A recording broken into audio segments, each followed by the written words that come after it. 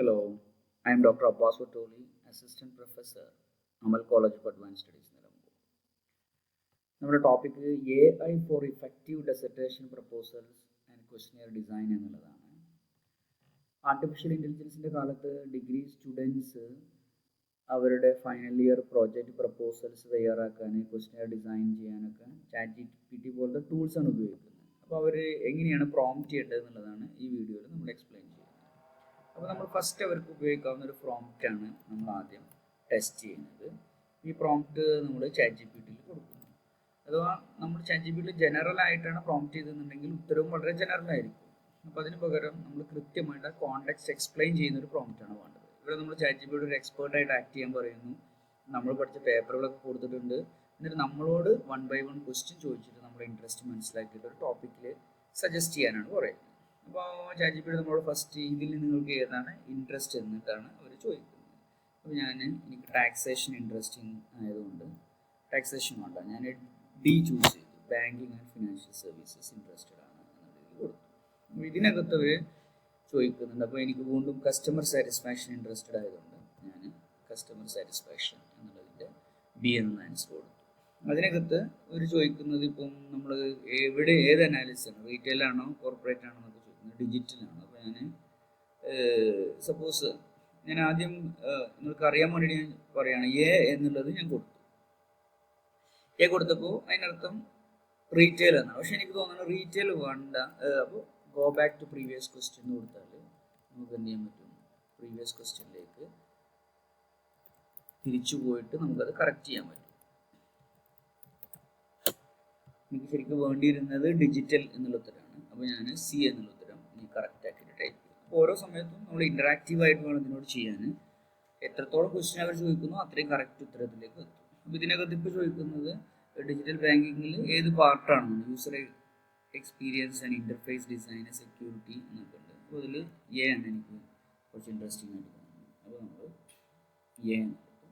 അപ്പോൾ അതിനകത്ത് അവരിപ്പോൾ ചോദിക്കുന്നത് എന്താ വെച്ചാൽ user interface design on customer satisfaction. അതെനിക്കൊരു ഇൻട്രസ്റ്റിംഗ് ടോപ്പിക്കാണ്. അപ്പോൾ ഞാൻ അതാണ് ഉപയോഗിക്കുന്നത്. അതിൻ്റെ യൂസർ ഇൻ്റർഫേസ്, അത് യൂസർ ഫ്രണ്ട്ലി ആണോ, അതിൻ്റെ മെനൂസ് ഒക്കെ അറേഞ്ച് ചെയ്ത് എങ്ങനെയാണ്.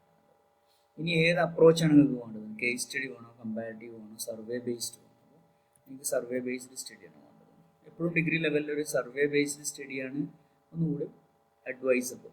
അപ്പോൾ അങ്ങനെയാണെങ്കിൽ അവരിപ്പോൾ സജസ്റ്റ് ചെയ്യുന്ന analysing the impact of user interface design on customer satisfaction, a survey based study on digital banking users എന്നുള്ളതാണ്.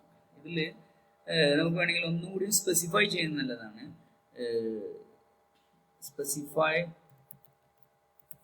The location as Nilambur municipality ഞാൻ മെൻഷൻ ചെയ്തു എന്നുള്ളത് ഒന്നുകൂടി സ്പെസിഫിക് ടൈറ്റിൽ കിട്ടാൻ.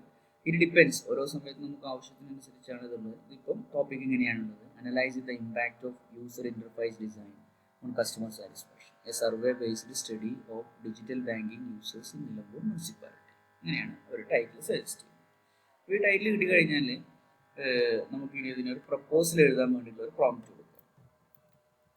അപ്പോൾ പ്രപ്പോസൽ എഴുതാൻ വേണ്ടിയിട്ട് പ്രോംപ്റ്റ് എടുക്കുമ്പോൾ അവിടെയും നമ്മൾ BCom പ്രപ്പോസലാണെന്ന് പറയുന്നുണ്ട്.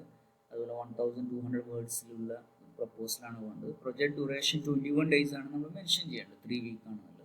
സാമ്പിൾ സൈസ് മിനിമം 50 വേണമെന്ന് പറയുന്നുണ്ട്. എന്നിട്ട് പ്രോംപ്റ്റ് ചെയ്യും. മാക്സ് എത്രത്തോളം ഡീറ്റെയിൽസ് കൊടുക്കുന്നോ അത്രയും സ്പെസിഫിക് ആയിട്ടുള്ളതാണ് ഉണ്ടാവുക. അതല്ലെങ്കിൽ ഒരുപക്ഷെ ഒരു PhDക്ക് വേണ്ടിയുള്ള പ്രപ്പോസലൊക്കെ എഴുതുമ്പോൾ നമുക്കത് അതിൻ്റെ റിസർച്ച് മെത്തഡോളജീസ് ആണെന്നും സൂട്ടാവില്ല.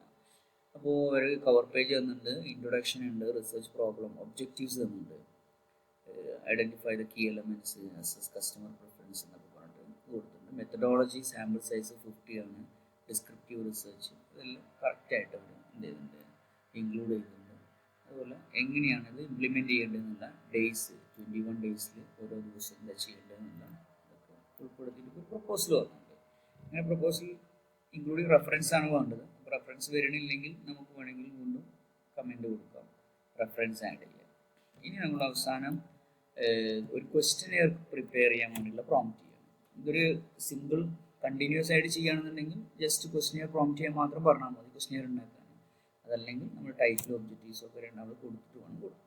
ഇതിൽ ഞാൻ 20 questions മതി സ്കെയിൽ ക്വസ്റ്റ്യൻ അങ്ങനത്തെ കാര്യങ്ങളൊക്കെ അതിൽ ഉൾപ്പെടുത്തിയിട്ടുണ്ട്. ഈ പ്രോംപ്റ്റ് ഞാൻ സെപ്പറേറ്റ്ലി നിങ്ങൾക്ക് ഷെയർ ചെയ്യാം.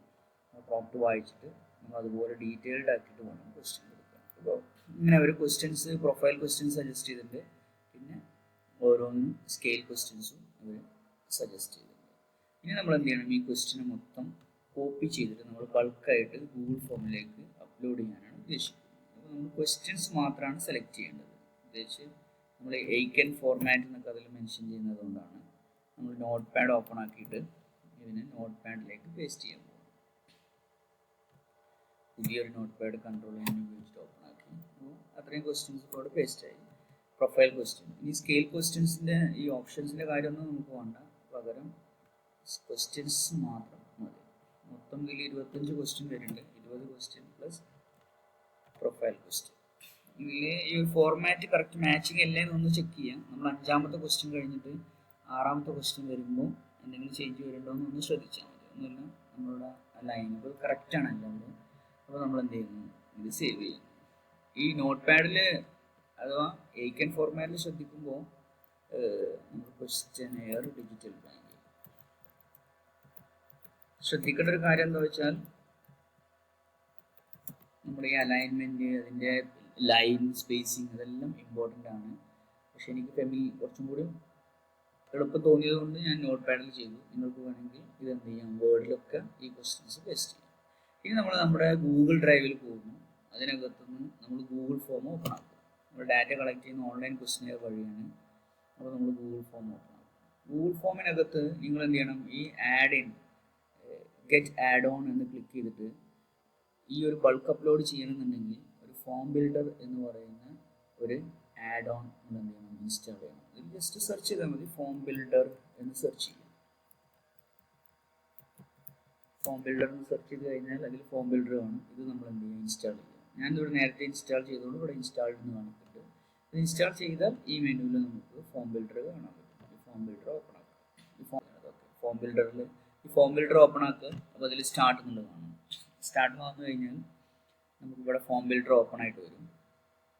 ഫോം ബിൽഡർ ഓപ്പൺ ആയാൽ അതിനകത്ത് നമുക്ക് ബൾക്കായിട്ട് ക്വസ്റ്റ്യൻ അപ്ലോഡ് ചെയ്യാനുള്ള ഫോർമാറ്റ് കാണിക്കും. അതിലാണ് നമ്മൾ എന്ത് ചെയ്യുന്നത്, ക്വസ്റ്റ്യൻ അതിലേക്ക് അപ്ലോഡ് ചെയ്യുന്നത്. ഇതിനകത്ത് ഈ പറഞ്ഞ ഏത് ഫോമിലും ക്വസ്റ്റ്യൻ അപ്ലോഡ് ചെയ്യാം. ഞാൻ എയ്ക്കൻ ഫോർമാറ്റാണ് ചൂസ് ചെയ്യുന്നത്. ലോക്കൽ മെഷീൻ എന്ന് പറഞ്ഞാൽ എൻ്റെ ഡെസ്ക്ടോപ്പിൽ ക്വസ്റ്റ്യൻ ഡിജിറ്റൽ ബാങ്കിങ് എന്നുള്ളത് നമ്മൾ സേവ് ചെയ്ത് വെച്ചിട്ടുണ്ട്. അതിലേക്ക് ഇമ്പോർട്ട് ചെയ്യാൻ ചെയ്യുന്നത്. അപ്പോൾ അതിനകത്തുള്ള ഈ ക്വസ്റ്റ്യനാണ് ഫുള്ള് കാണിക്കുന്നത്.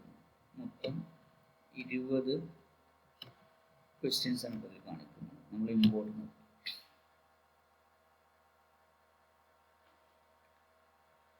ഇമ്പോർട്ട് കൊടുത്തു കഴിഞ്ഞാൽ മുഴുവൻ ക്വസ്റ്റ്യൻസ് എന്ത് ചെയ്യും, അതിങ്ങോട്ട് വരും. ഈ 1ാമത്തെ ക്വസ്റ്റ്യൻ ഇവിടെ നേരത്തെ ഉണ്ടായിരുന്നത് ആവശ്യമില്ല. പിന്നെ ഓരോ ക്വസ്റ്റ്യൻ നമ്മളൊന്ന് ക്വിക്കായിട്ട് വെരിഫൈ ചെയ്യാം. ഇതിപ്പോൾ ക്വസ്റ്റ്യൻസുകൾ എല്ലാം ഇതിൽ വളരെ കൃത്യമായിട്ട് വന്നിട്ടുണ്ട്. അപ്പോൾ ഇനി നമുക്ക് വേണ്ടത് ക്വസ്റ്റ്യൻ്റെ ടൈറ്റിൽ കാര്യങ്ങളാണ്. അത് നമ്മൾ നേരത്തെ ചാറ്റ്ജിപിടിയോട് ചോദിച്ച കാര്യമാണ്. അപ്പോൾ ആ ക്വസ്റ്റ്യൻ്റെ മുകളിൽ എന്തുണ്ടാവും, ഇതിൻ്റെ ടൈറ്റിൽ കാര്യങ്ങളുണ്ട്. ഇതാണ് നമ്മുടെ ക്വസ്റ്റ്യൻ്റെ ടൈറ്റിൽ എന്ന് പറയുന്നത്. നമ്മുടെ ക്വസ്റ്റ്യൻ ടൈറ്റിൽ അവിടെ പേസ്റ്റ് ചെയ്യുന്നു. അതേപോലെ ഇതിൻ്റെ ഒരു ബ്രീഫ് ഡിസ്ക്രിപ്ഷൻ. ഈ ഡിസ്ക്രിപ്ഷൻ ഇമ്പോർട്ടൻ്റ് ആണ്. നമ്മൾ എന്താണ് സർവേ ചെയ്യുന്നത് എന്നുള്ളതൊക്കെ ക്വസ്റ്റ്യൻ ഫില്ല് ചെയ്യുന്ന ആളുകൾക്ക് അറിയാൻ വേണ്ടിയിട്ടാണ് ക്വസ്റ്റ്യനിൽ നമ്മൾ ഒരു ഡിസ്ക്രിപ്ഷൻ കൊടുക്കുന്നത്.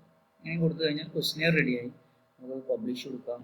അതുപോലെ എന്ത് ചെയ്യാം, ഇതിൻ്റെ ലിങ്ക് നമുക്ക് ആളുകൾക്ക് ഷെയർ ചെയ്ത് കൊടുക്കാം. അപ്പോൾ ഈ ക്വസ്റ്റ്യൻ ഫില്ല് ചെയ്യുമ്പോൾ നമുക്ക് ഇതിൻ്റെ ഡാറ്റ നമ്മുടെ എക്സൽ ഷീറ്റായിട്ട് കിട്ടും. നമുക്കതിന് ശേഷം അനാലിസിസ് ചെയ്യാൻ പറ്റും. എനിവേ, എങ്ങനെയാണ് നമ്മൾ AI ഉപയോഗിച്ചിട്ട് ചെയ്യേണ്ടത് എന്നുള്ളതാണ് ഈ വീഡിയോയിൽ നമ്മൾ എക്സ്പ്ലെയിൻ ചെയ്തത്. I hope it is useful. അതേസമയം നിങ്ങളിത് പ്രോംപ്റ്റ് ചെയ്യുമ്പോൾ ഞാൻ കാണിച്ച അതേപോലെ ആയിരിക്കണം എന്നില്ല നിങ്ങൾക്ക് വരിക. കാരണം ചാറ്റ്ജിപിടിക്ക് ഓരോ സമയത്ത് ഓരോ രീതിയിലാണ് ആൾട്ടർനേറ്റീവ് സജസ്റ്റ് ചെയ്യും. അപ്പോൾ ആ സമയത്ത് നമ്മൾ കൃത്യമായിട്ട് വായിച്ചിട്ട് നമ്മൾ അതിനനുസരിച്ച് അതിനോട് റെസ്പോണ്ട് ചെയ്ത് ക്ലിയർ ആക്കിയിട്ട് വേണം ചെയ്യാൻ. Okay, thank you for watching. Have A nice day.